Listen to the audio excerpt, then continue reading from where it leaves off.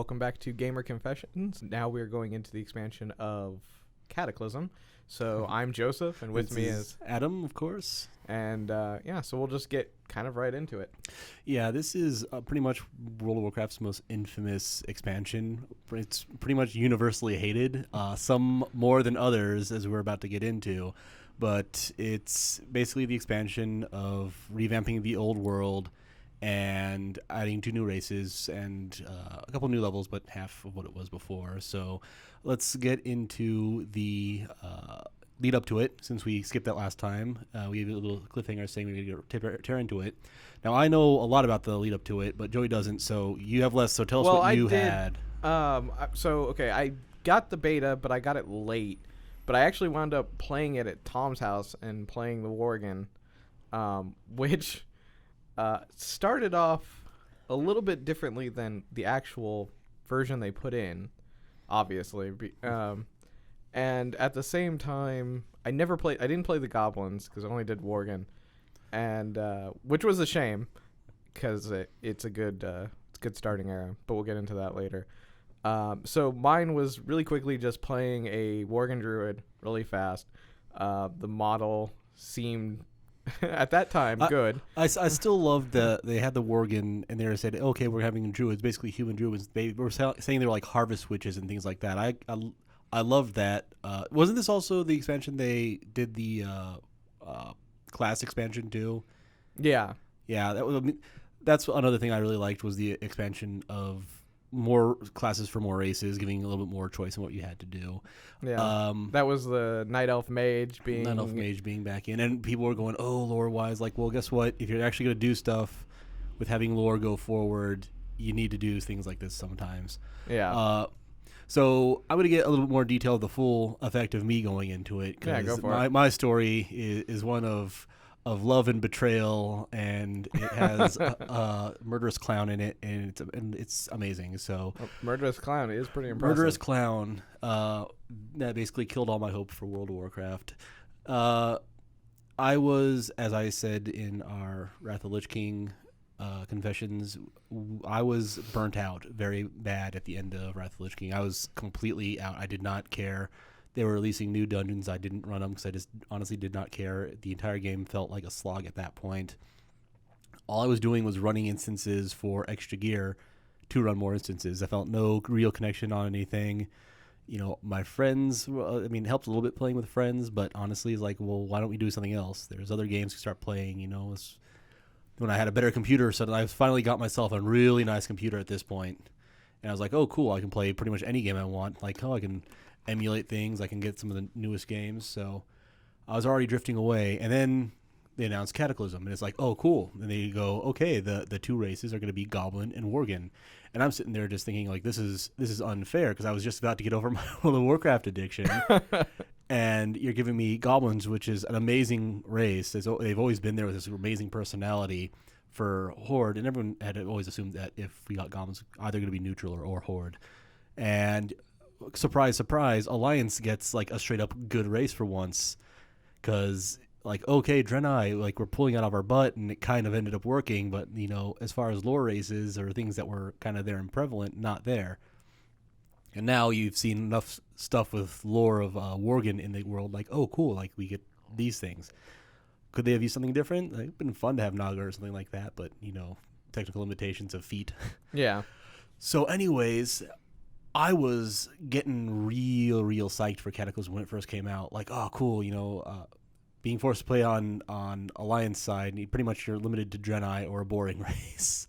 And then, cool, I get to play Badass Werewolf, so I'll be able to do that. But first I was looking at all the Horde stuff, because I was looking at the Goblin starting area, because that is some of the most amazing gameplay I have ever done. Everything else in Cataclysm ended up coming later. Just everyone, when they announce something, they have a major hook, and the major hook is the thing that actually makes you care about the game. And the new hook for this one was entirely new races. Yeah, because every expansion you're going to get raids, you're going to get end game like leveling content, and it's always pretty much just variations of the same. But new races or new classes, that's amazing. So Goblin starting area, one of my most race establishing starting areas in the entire history of World of Warcraft. I mean, you're going through Yeah. the basically GTA at the beginning. The funny part is, I've never played a goblin starting area. Okay, well, I'll give you a little taste of it. You start off as basically like a CEO of a major corporation. You're not top dog, but you're like pretty close to the top. Okay. You have like a little assistant, and you're basically playing GTA. Like, you start driving around. You get a little car to drive around with, just a little bit faster than running speed, to go and do quests like, pick up hookers and things like that for your party. It's basically a parody of GTA. You're going around. It's driving around, having a lot of fun. Like, I don't think there's even anything to really fight at the very beginning.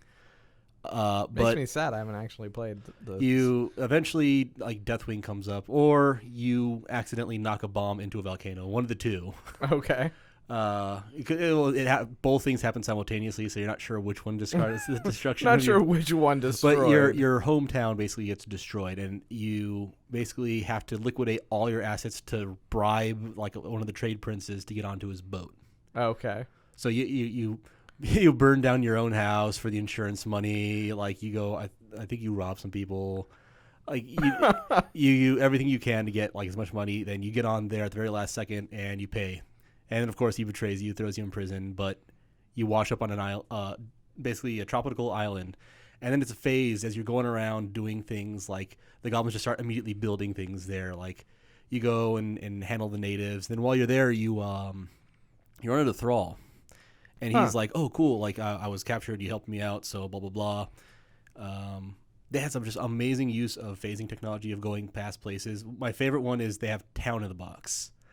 You get like halfway through it, and you're kind of using these like little NPCs here and there, and eventually you get to this one place, and there's Town in the Box, and he's like, okay, it's a Town in the Box, like a little shaking box is trying to contain so much, on top of this gigantic mound of explosives, and you have to go up and like hit the little plunger, and as it does, it launches you like way up into the air with a little poof of smoke beneath you, and then you phase in, and when you land, there's a town there. Oh, that's kind of cool. Yeah. So you immediately kind of get this really good idea of like how goblins play their characters. Like, oh, you're kind of eccentric. They immediately start building things, and you immediately move from there to after you finish their starting area, you join the Horde, and then you go straight to Ashura. Yeah. That place they carved the Horde symbol into, like the Pleasure Palace there, and it's like it's all goblin themed, and you have little rows going up across. It's amazing. I love it. Yeah. Every bit of that, I love it. And now we get to the black sheep of the World of Warcraft Cataclysm release, which was Worgen. Because apparently the bias towards Horde is so great that you cannot give Alliance anything good. Because they had Worgen, badass werewolf. Yeah. I did play people. the Worgen area. You played the Worgen area. I played it twice. You played, and when they first had the models for the Worgen, some of the coolest models they ever made. Because if you ever see the alpha models actually animated, because they look like weird, not animated. Yeah. And when it was actually kind of a neutral face when it was not doing anything, but it would actually turn into a snarl or do things like that when it got into combat. Yeah. And they took that and they basically said, you know what, that's too good. Undo this. And they basically just made the snarl into a texture map. And then just removed. They didn't even remove the animations at first, so the model just broke all the time.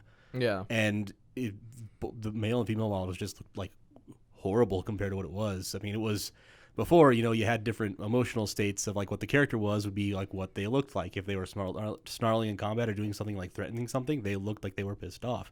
If they were just sitting around, they looked like normal. Yeah. And then they just made it into like this permanent snarl that looks so stupid. It made me honestly just slap my forehead like, what's going on? The starting area is one of the worst starting areas of the game. There was a bug that made it live with phasing. Like, you would phase, it was supposed to be like the town you were just in was collapsed into the ocean. It just wouldn't phase. Yeah.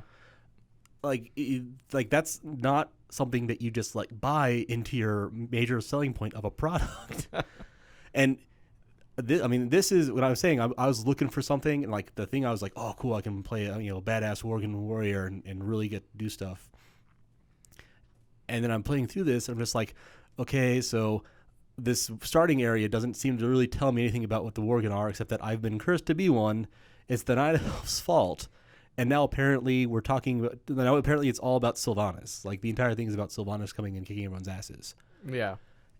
And the biggest sin about it, well, okay, we have to go farther because the Worgen situation was so horrible that just one bad thing about it isn't bad Well, enough. yeah, there are a fair The bit. first starting area was probably the worst starting area, to tell you the truth. If I think about it honestly, with all the revamped starting areas, it's probably one of the worst. I mean, the other ones being are in the town square?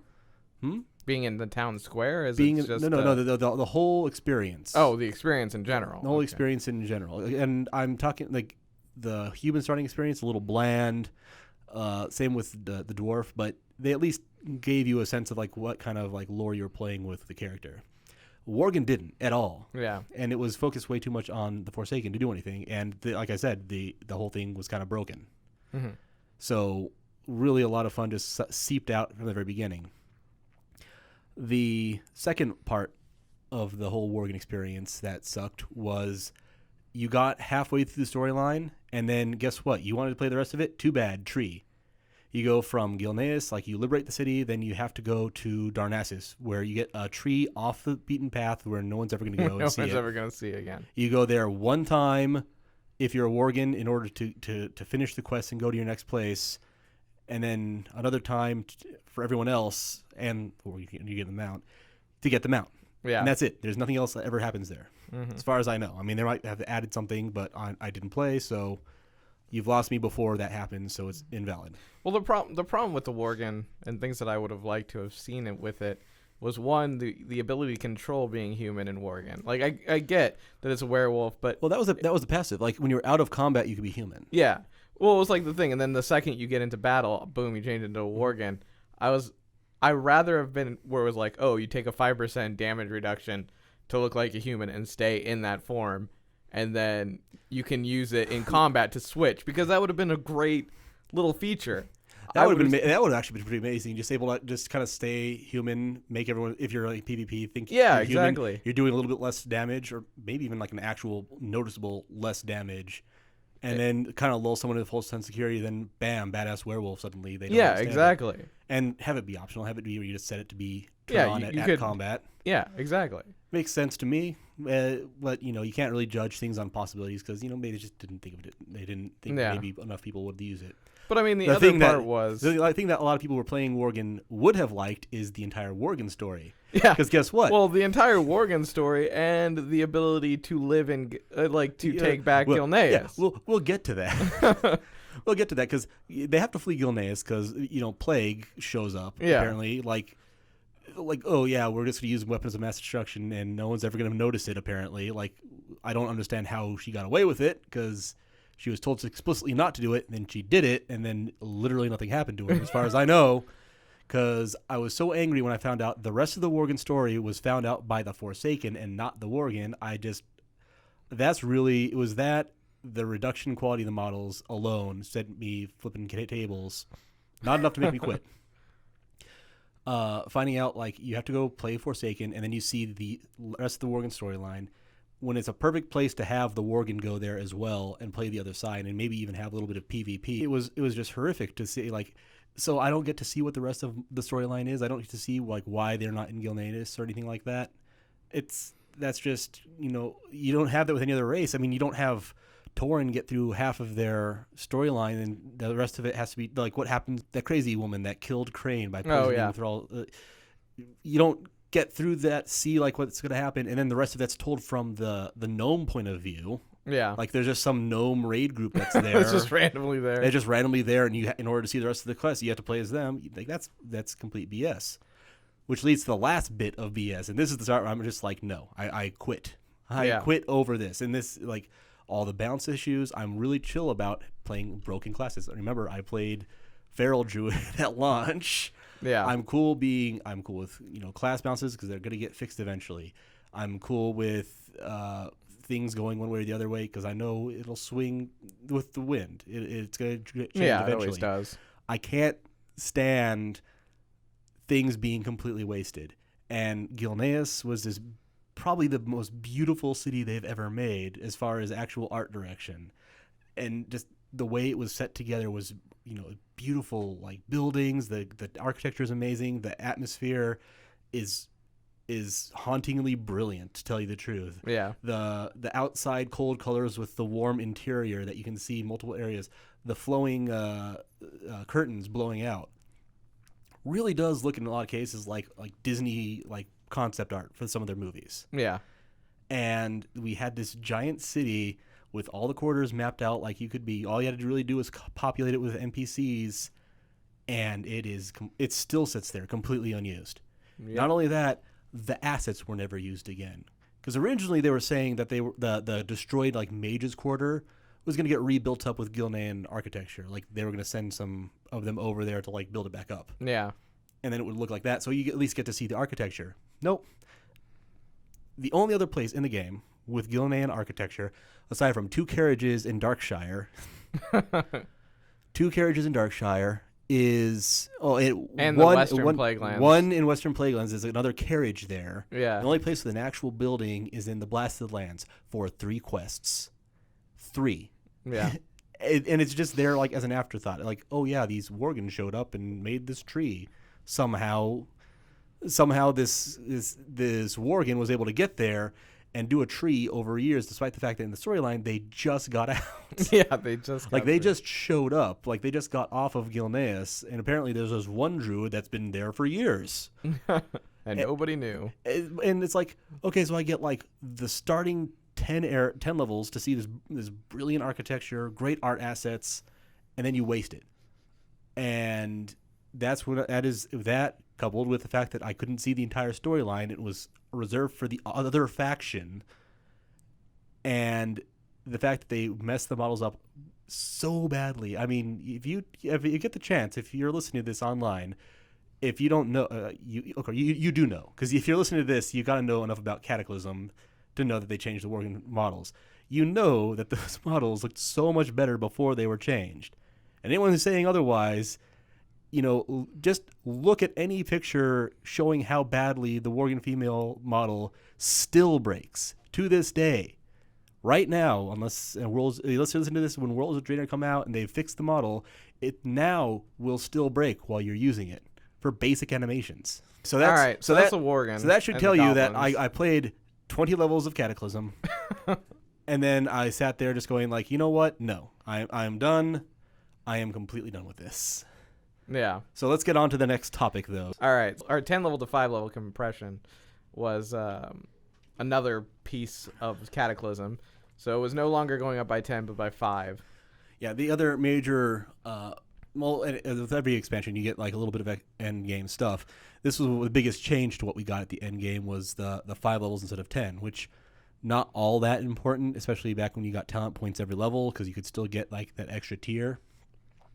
The problem is that decision's entirely to address the concept of we're getting too high in power too fast, and it's not fixing the problem, it's moving it down to the next expansion. Yeah, every level we have to go up. Every level has to have a stronger thing. So by condensing it by 5, you're still doing things based on your thing. The problem they always had, and the reason why they're having the stat squish in Worlds of Draenor is that they give you raid gear that makes you like at least 10 levels more powerful. Yeah. And then when the next expansion comes out, they have to catch everyone up on that gear and stats. In the previous one, we did a lot of heroics, but you didn't really shed anything until 84. Or compression of the levels was it allowed, for that same kind of feel that you had in BC, where if you had Nax gear, you didn't shed it for a long time. And so they're trying to kind of create that. Yeah, but that's the point I have is like that they were bandaging what was a major problem that they should have been fixing, because guess what? They revamped the entire 1 through 60 experience. It was if you were going to do it, that's the time that you sit there and fix how your stat progression works. Yeah. That's the time you do it. Well, I mean, that was definitely true. And I honestly despise the new revamp for Azeroth, revamp of the quest. The revamps of the quests are ambitious, but have made some fatal mistakes as far as I'm concerned. That's my opinion. I mean, okay, it was cool that, you now go to the Blasted Lands and there's now a goblin outpost. And so there's a lot of, they tried to kind of involve them. And granted, as we were talked about, the Worgen don't really get included. Well, no. It wasn't even a Worgen specific thing for that. That's just like seeing new things in new zones. Yeah. that was fun. The idea of they have way more experience under their belt of making quest lines that are much more better flowing. You have much more of a level train, which while you're grinding up levels, it's something we have to establish right here is that if you have a sandbox MMO or a theme park MMO, and those are two terms, sandbox meaning that you just have this giant open sandbox, there's no structure to it. In that kind of a situation, you have a lot of grinding because you just go out there, you grind, that's how you get better. There's no real taking you from one place to the other. And the original vanilla version had that. And there's another one, theme park, where they basically take you on basically a story. Yeah. And the best benefit of that is they know exactly how powerful you should be pretty much the entire way. I mean, you can grind a little bit in some places and probably get like a leg up before you go to the next zone, but they can put their content and know exactly like we can give them this, they will be ready to handle it, and then we can move on to the next thing and basically take you on a journey from 1 to the max level. Yeah. Which is a great way of doing things. Though, to be fair, the one thing I really did love about the quest changes was actually placing the quests in the dang dungeons. I don't know why I said dang, because I've said a whole bunch of words that were worse than that. But it finally was, when you get into the dungeon, here are the quests. You don't have to go search for them. Because I remember on the Horde side, in Wailing Caverns Vanilla. Wailing Caverns Vanilla had a really bad version. Yeah. So you had to jump up and like on these rocks and go into this little cavern that was above the Wailing Caverns entrance to get the quest, then drop down. And I remember if you fell, you took 25%. I think it was like a quarter of your life. But it was annoying to get into. I remember falling like 4 times and killing myself. Even I remember that quest, and I didn't play all that much Horde side. There was a lot of things that when you're revamping, that's of course the stuff you fix. Mankirk's wife, finally not a problem anymore. Should have really been fixed before that. I think they did, actually. Well, I think the fix was the fact that WoW had just pointed to where it was. Yeah. But the problem with their revamp of all the old world stuff is that they had basically this idea, we're going to tell you a story, and right there really shot themselves in the foot of just how constrained it was. Because something like in BC, you had a bunch of quests in a zone, and you'd go out and do a bunch of these different quests. You'd get like 6 or 7 quests at the same time. Yeah. Like even up to 8 quests, and you'd go out and you do most of them, or at least maybe 1 or 2, and maybe you think like, oh, I can use this item right now, go back, get this blue, and then continue. For Cataclysm, it was go out, get these 2 quests, go out 5 feet from the town, do them, and then come back, and you get the next one. And you know it's that way because they were trying to control what the story was. But when you peter it out at such a rate, you just start ignoring it. Like, okay, I went 5 in Darkshire was like one of the worst I've ever had, aside from being killed every 5 seconds. Go out just to the Blind Mary area, kill her, or not kill her, get her hair for Abercrombie, and there's like one other thing just to kill spiders around there. And then after that, like, oh, go a little bit farther and get this, and you just kept going farther and farther away, and every time you come back, it was like, oh my god, I have to go out again. And at that point, you're on. Do you even have the mount at that point? Is that like that's about 16 or 17? That's about where you start getting the mount. Yeah. So I mean, like, and they lowered it. It used to be at 40, so now it's at 20. It's 20, I believe now. Yeah, it's 20 now. Even a hunter can't really enjoy cheetah speed anymore because it used to be, oh, I'm super awesome. I have a long way to go. You have cheetah speed. You get, cheetah speed, or druid's able to have the faster run speed in cat form or travel form. And they get it a little bit earlier, so they're a little bit faster. And even after that, like, it's an instant cast, so you don't have to mount up if you can use it in different situations. Yeah, but it's like, theoretically, like, the game's been completely designed against that from now on. But it's like 16, so it's like, oh, 4 levels. I get to enjoy this. Yeah. But yeah, the whole design of the quests was this, we're going to take you around and show you this world, but it was so petered out and onto a rail that you couldn't go out and enjoy it anymore. It became like you kind of started to stop reading the quest logs at all and just say like, okay, where do you want me to go? I don't care what you're showing me. Yeah. This is the 80th quest I've done. I honestly really don't care what the fine details are of your lover's quarrel between this person and this person. The only time I started actually paying attention to the quests was in the Eastern Plague Lands, because I spent 8 days getting ganked trying to get to the first part to start. And I was like, damn it, if I've been ganked for that long just trying to read the quest text before I go on to the next bit, I'm reading all the quest text. That's another big problem with the revamp, was that they put in flying mounts. Yeah. They put in flying mounts and a bunch of top-level people, and you were able to fly by and see low-level people just kind of going around, which allowed you to just basically come down and kill them. Swooping Swoop down, vengeance. Swooping vengeance. I did not play through a lot of Cataclysm because, as I said, I quit at like level 20. I was like, I'm done with this. So my ganking experience was not mostly in Cataclysm, but the swoop down thing, I can see that actually is just straight up driving off most of their player base. Yeah. If you're like leveling up a new character and you're basically being destroyed like that, like just going like, you know what? No. If I can't go out and enjoy the game, my there's beginning no reason experience for this was actually the second one. This is the one where I actually got, for my pride, I guess, and shame, which was Realm First Mage. So you can say either way. Because I played through that past, and I have I have the level 20 under my belt, but high level stuff of Cataclysm, I don't know. So Joey, you know, because you got World First for a Mage. So Braggy McBraggerson over there. Braggy McBraggerson. Oh, yeah. Feel that shame of 26 hours of straight play. The stench was epic. I could smell that in Georgia. You could smell that in Georgia. And that's saying something. Hey, I showered right at the 26-hour mark before I passed out for like a half a day. For this, you start off, obviously, Hyjal, and it actually plays into the phasing. So there's a lot of things that you do that slowly start changing the way things look, of bringing back the forest and getting like freeing the dragons and fighting Ragnaros again, because he's back. He's in his fire area. He's back in Pug formation. Yeah, in Pug form.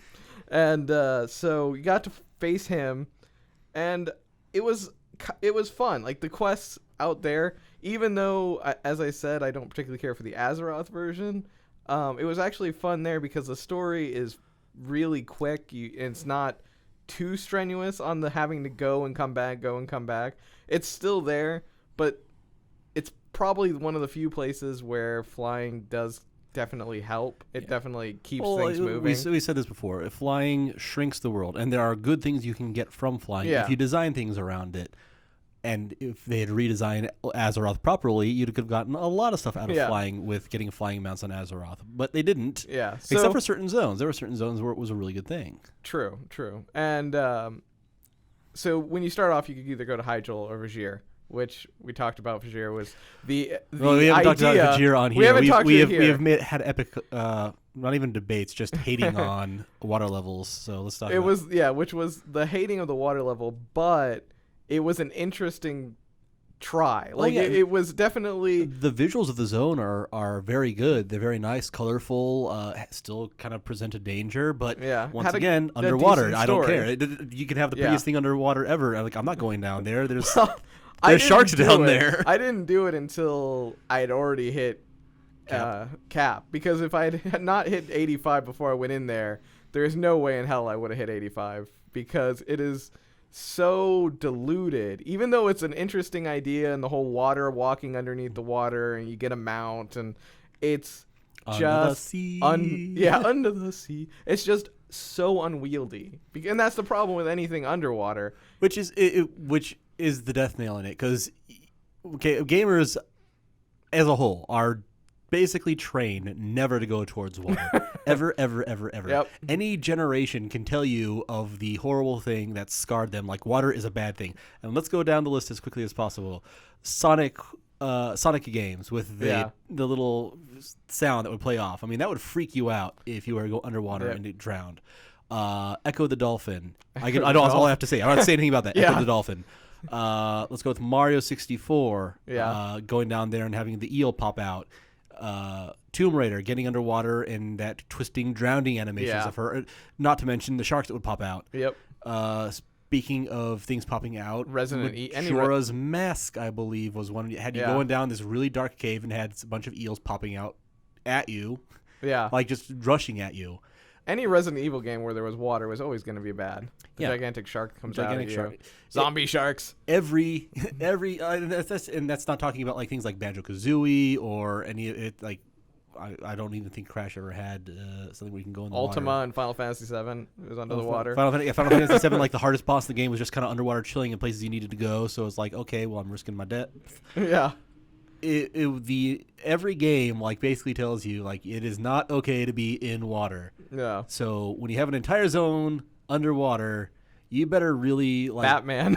I just thought of Batman. He falls into it and he just uses the grappling hook to come out of it, and he's very unhappy that you dropped him in water. Because apparently Batman doesn't like to get wet. Yeah, he's got high-tech gadgets. I mean, it makes sense. Like, these things aren't waterproof. I didn't waterproof these. It's like Alfred. Well, Alfred didn't waterproof these. Like it takes even more money. I'm already spending billions on everything I do. I throw away like $100,000 batarangs like they're candy. Yeah. But yeah, so if you have an underwater zone, it really has to speak to people, and not fixing the underwater combat. It's just the death nail. Like it's like, okay, so I'm doing less fun than on land combat with a zone that I'm terrified to look around because I'm afraid I will go someplace I'm not supposed to, and all of a sudden this gigantic shark will just suddenly lunge out at me. Yeah. So okay, so we'll look past that. Waterbed. Let's get to the next thing. The derping of dungeons. Okay, so the dungeons actually were difficult in the start. They were actually really fun, required CC. So actual skill was required. Like I said, I did all of the dungeons, heroic dungeons for Wrath of the Lich King. Yeah. And I was tanking through all of them, and I could say like, yeah, I saw that they were pretty easy most of the time. I loved it when they were easy because inevitably there was one idiot that didn't know what it was doing that wiped the entire thing. Yeah. In the very few instances where it was possible. But aside from the first like 2 or 3 times I tried it, that was not me. Like I learned it and I got better at it. So tell me on a scale, like what was it? What I would think of going into these dungeons? You'd probably rage because, as you said, the one person who messes it up.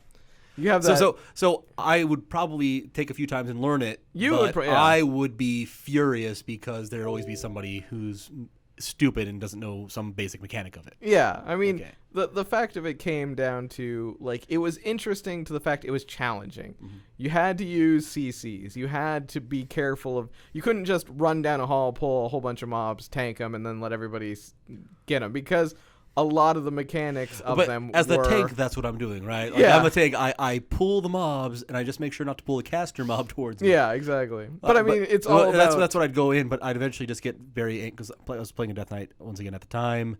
Yeah. I'd pull forward, and I'd be smart enough to use Strangulate on the one caster. Because there's too many times you have to think like, okay, sheep that mob over there. Someone like just doesn't sheep. I'm like, okay, so we're dead. And thanks a lot, jerk. And that's really kind of how it was when you got into those. I mean, like normal dungeons were normal like they were reasonably normal dungeons were like the normal dungeons in Wrath of the Lich King. I mean, you can't throw too much in a normal dungeon. It's designed mostly for leveling and a little bit of gear grind. That's it. Exactly. And it showed you, what these things were going to be, and of course they're going to be a little bit harder in heroics. And when you got to the heroic version, it was a step up. Like, you felt like, oh, I'm actually doing something. Plus, that's when they revamped Dead Mines and a couple of the other older instances. Yeah, I played it past, but I don't think they changed it all that much since Catclysm. I did not like the new Dead Mines. Well, I really didn't. The thing is they were like, oh, you're not going to get all of the same aspects that you get in the heroic version, but it had some interesting stuff. Like, and I don't know, you didn't do it, but I don't think I did the heroic. I did the normal mode. Yeah, so you did the normal one. I went through there, they're like, oh, look at the new storyline. And I'm like, I don't care. I really.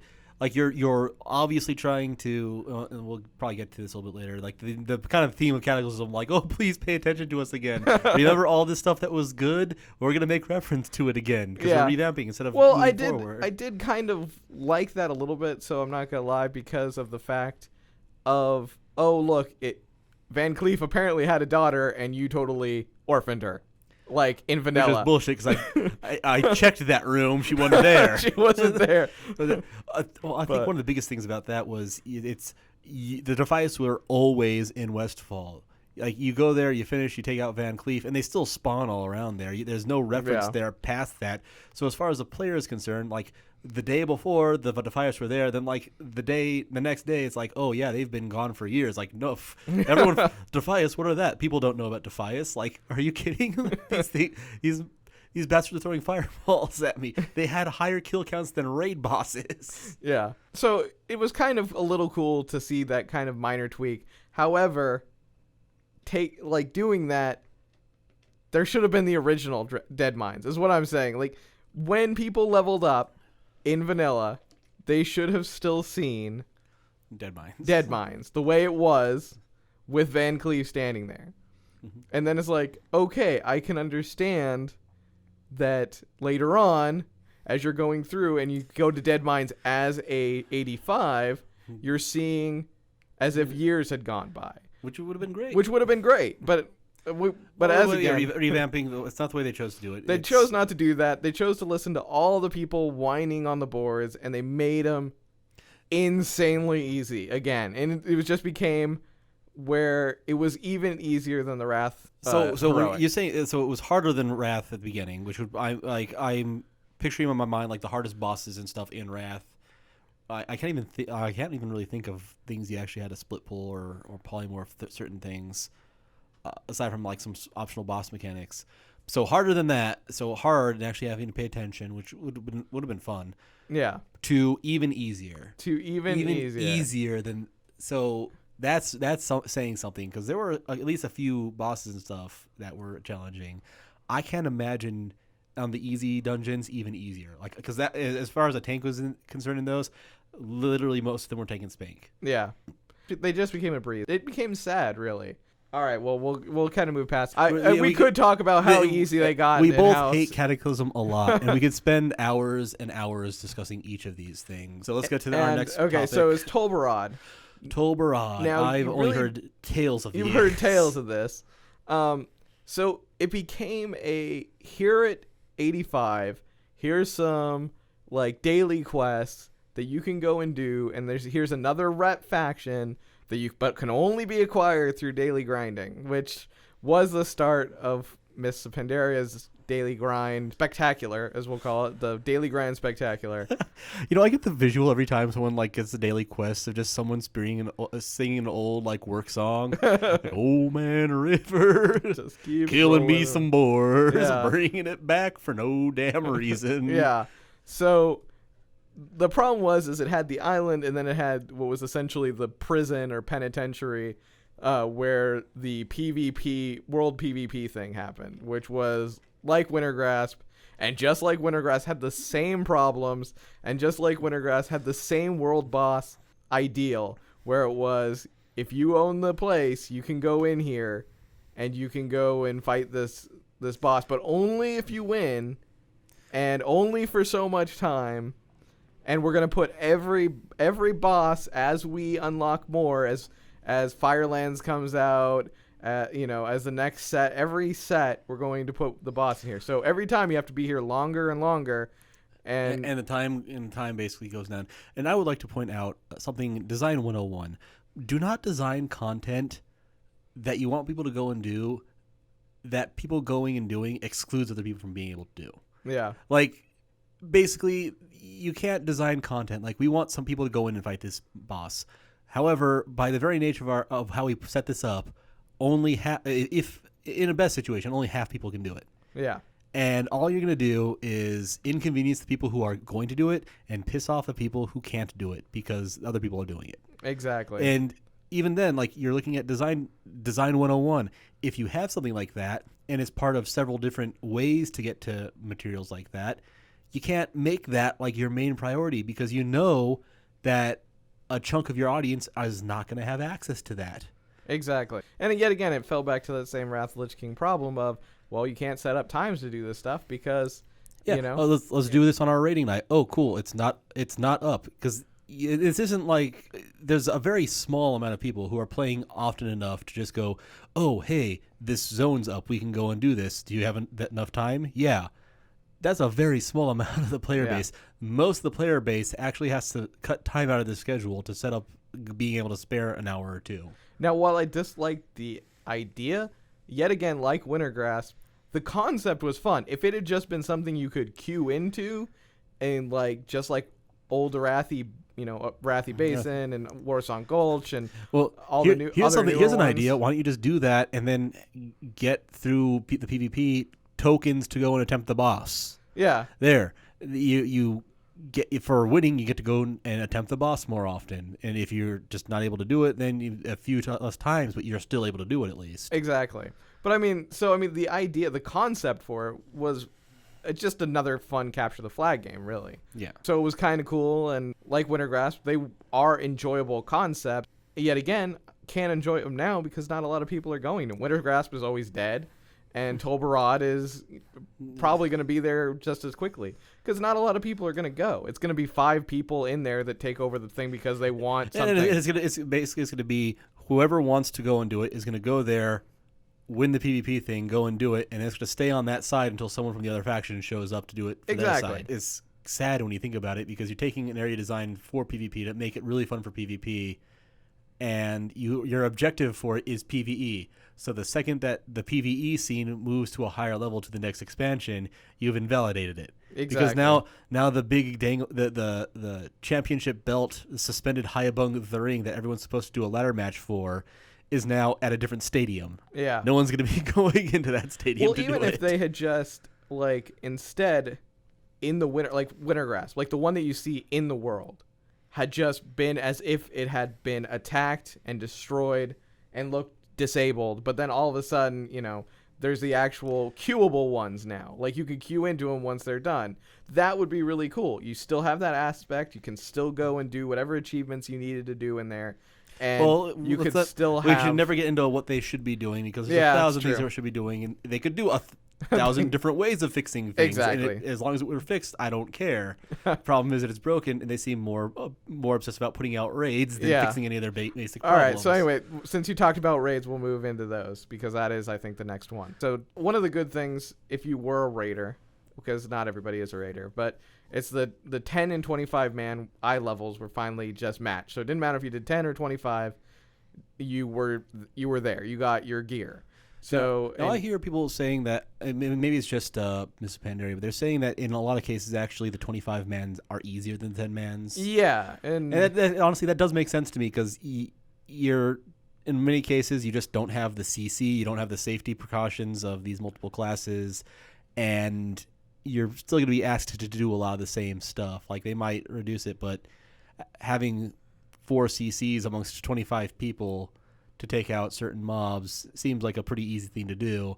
Having 4 CC or 2 CCs, like hard CCs amongst 10 people, probably able to do, but not quite so fluid on who you could bring. Exactly. It's the 10 man is very limited. You've got only 1 battle res if you're in a 10 man. 25 man you have 3. And also it's one of those things that in a 25 man, most times if 5 people die, you're going to still probably win. When in a 10 man, when 1 person dies, there's a high likely it is done. But yeah, so what were you liked the idea that they had even gear to each one depending on which play style you prefer. Yeah, basically. Exactly. Which I once again, I am not a raider, but that seems perfectly fair to me, especially because in the actual functionality, 10 man is at least a little more unforgiving. And maybe it's not easier, just a little more unforgiving. Yeah, I mean, and people will say, and I will agree with them, because they'll probably write it in the comments if I didn't say it, is that sometimes something is better geared towards having only 10 people, and it's harder in the 25-man version, and vice versa. Sometimes you'll get that one where... Two different things are in generally different. Exactly. Well, I mean, it's like ones where you need to spread out. Having 25 people in that area is going to be harder because to spread out versus 10 people that can spread out in a wide variety of different ways. And vice versa, there's going to be stuff that 25-man where you need a lot of... You can group a bunch of DPS with one healer in an area where you couldn't do that in the 10-man version because you might get chomped. Yeah, basically, like your AoE heals are force multiplied in 25-man because you're actually healing more people just straight up. Yep. If you're doing AoE heals. And in 10-man, like your single target heals would be much more effective just depending on... So yeah, it's going to be different both ways. But in general, especially since honestly, it seems like what they did from an outside view of hearing a little bit about it from roommates who were playing it around this time. Yeah. As I said, I quit at 20, but I had gotten my roommate addicted. He was a rogue playing all the time through the End of Wrath and into Cataclysm. He said that what it seemed like to him was that they designed everything for 25 man and then just cut things out to make it 10 man. Yeah, that pretty much like they sounds just reduced HP a little bit and then reduced the number of CC targets and things like that. Yeah. And that's pretty much all they did. So in a lot of situations, like it's like, okay, it's been reduced, but like it was never bounced around being one or the other. Okay, because we're getting close, I do have to talk about these because there were 2 legendaries in Kata. 2 legendaries. There was the staff, and then there were the daggers. And it was Firelands was the staff. The daggers were in Dragon Soul. So quickly kind of cover over them because you didn't get to really see these. It was interesting, had a really good and interesting storyline. Way too long. I actually got the staff. I have it on my mage. So yay me. Bragging time. No, it made me really world wish. First and a legendary staff. Though now you can go back and get it pretty easily. It's going obviously. back and doing that old stuff. You can do it. But yeah, exactly. But at the very end, the very last thing of the quest to get the legendary staff, you had to kill Ragnaros. You had to essentially hit him with this thing and then kill him, and then his heart would drop, and then you take the heart, you open the heart, and you get your last piece, and you go and get your staff. It glitched out on me. Oh boy! So I open it up because you're supposed to run through fire and open his heart, and people are supposed to heal you. So I open it. It opens. My friends that are supposed to be healing me don't pay attention. I die. So, but I opened it up, and I clicked on it. So and it should have looted. Should have had it. Wasn't in my inventory. Wasn't even in my inventory. So I messaged them. I'm like, this didn't drop. What's going to happen? Literally still sitting in front of Ragnaros with my tears because this quest has taken 9 freaking weeks. 9 weeks is a long time. And 9 weeks is a long time. Now, granted, it's tiered, so you get the staff slowly upgrades in between, so you're getting a better staff. But, to get to that legendary, it's still a very long grind. And they essentially tell me they can't do anything about it. And he tells me that it was my fault. I didn't loot it. So I'm like, what do you mean? So next week I click on the thing. It auto loots to me. So it wasn't even the thing. I was clicking on it and it was supposed to auto loot to me and it didn't drop. So I essentially had to wait a 10th week to go and get this thing. I feel we can't do that. Like, no, you can do that. You can do that. I'm aware of what you can do. So long story short, Firelands, while it did have an interesting concept, if I had just given that to another person and never gotten that staff, I would have been perfectly fine with it. That staff was the most annoying thing.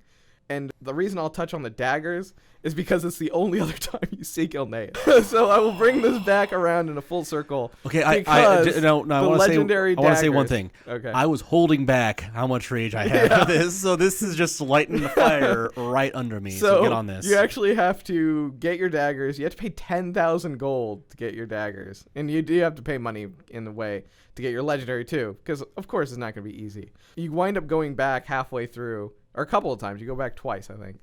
And you have to fight someone in Gilneas. It's the only other time you see Gilneas. And so who do you have to fight? Like just some random NPC? NPC guy that's in there. But what happens is if there's another rogue and he has to do it too, then you can actually kill him at the same time. Nice. And he's insanely difficult until you learn his mechanics. It's supposed to be hard. But yeah, that's so we'll touch on that a little bit. It's just, you get to see Gilneas again. I said that the best content was like the hunter bow and the demon, or the staff in vanilla, which was great, and I'm glad that they have a return for that. Once again, very sad that it's like we have this zone, and its only purpose is starting and then a rogue quest. Is for the starting and then the finish of a rogue quest. And otherwise, it's standing there undone entirely because it would. Now they said they were going to have Battle for Gilneas be a PvP thing. Was that ever actually a PvP thing? Yeah, it was. So yeah, congratulations. Like we don't get to have one of the coolest looking zones in World of Warcraft history because you decided that you were going to throw something for PvP. oh hey, cool, like we have like a segue straight into World Lizard Trainer. Yeah, we're not gonna do that though, because But, we still have Panda Land to get through. Now that I'm turgid with rage, I would like to go to the thing that who's clicking on something about Cataclysm and two nerds complaining about it. You know exactly what they want. The thing everyone wants to complain about Cataclysm. The thing they introduced near the ass end of it. trying to think of what. Okay, but you gotta know it's the thing. LFR. LFR. Yeah, for Dragon Soul. Yeah. LFR. Now here, like once again, I'm not playing at all. Yeah. So the complete outsiders thing as a player who doesn't raid, who gets pulled over just because people are like, hey, we need this extra person to raid. And even then, like I'm like, okay, I'm raiding, but like I don't like this playstyle all this much. Just playing with that many people. Yeah. I was pretty much rolling in the aisles because I've been saying for years, like, well, the very reason I quit, aside from Worgens being the straw that broke the camel's back, was zero content to do basically outside of raids. Yeah. Raid. And if you don't like a raid, well, you better go out and do raids because that's all you have. And here's some more raids. That's what LFR was, just a justification for saying, like, we're just going to make raids, and now everyone can do them because we have this brain dead version that you just click a button, you get in the raid, and you can succeed. Yeah. And the second I heard that, I said, that's going to be the worst thing ever, because it's going to flood raids with people who do it easy mode and then like try to like stepping stone their way up to the next one that just can't do things. So it's going to ruin it for raiders who have their stuff diluted with people who are just straight up derp. Because that was the thing that pissed me off in heroic modes in Wrath of the Lich King, was people who just couldn't understand simple instructions. Well, and for people who like don't want to everything, raid, they don't want to raid. They're going It to be has brought in pros there. and cons. I mean, yeah. Let's go into pros and cons from someone who actually saw it. Yeah, That was well, I just mean, like the pros and me. cons for it was if you had people that had knowledge, but they didn't get to be in Firelands, or they missed out on Firelands or whatever, they missed a raid, then they had the ability to catch up so that they could be in there. But then you had also the people that were on alts or hadn't played that tune in a long time or whatever, that were coming in and just weren't that great to begin with. So I remember being in there and actually being on Deathwing, that version, just wiping over and over again because they didn't understand it. And so you had that possibility of it being good, but at the same time you had that possibility of just it being horrible. And the other thing for it was, at that time, which now it's not in Mists of Pandaria, was that all the loot just dropped. So essentially you could need or greed on whatever. So you had people like 25 you complete had people in strangers. guilds. Yeah, you had people in guilds, like myself included. I'm not going to be hypocritical about it because we did it too. But you had people who's like, oh, a paladin tier dropped, but I'm here with 4 of my other friends, and one of them needs that. I already have it. Like, I already have my full tier set on this guy. I'm going to roll need on it, and then I'm just going to give it to him because I know he's going to use it. So it's better than half of these horrible people who it's going to just sit there. So well, yeah. But that's like a positive. That's like a negative that's being turned into a positive. Exactly. Because like if you got alts, you shouldn't be stretched that thin to gear up alts to go into a raid, especially if you're a raiding guild. You should be just like, oh, cool, we can spend a little time doing this. You shouldn't have to go into the LFR and grab those people to go and get that gear. And like I said, it's polluting your pool with a bunch of people who can't do it. So by the time you do it, like you're gonna do any underhanded tactic you can in order to get that gear because you've wiped. As I said, now it's gone and missed. But also like the big thing for me though is like you're trying to justify to people who don't want to raid, like, okay, we're just gonna make it super easy to raid.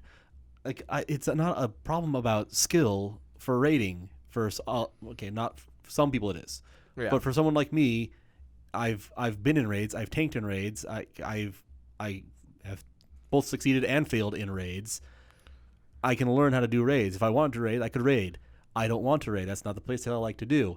Making it easier isn't enticing me to go and do something. You could have a fighting game where I hit one button, just instantly killed the opponent.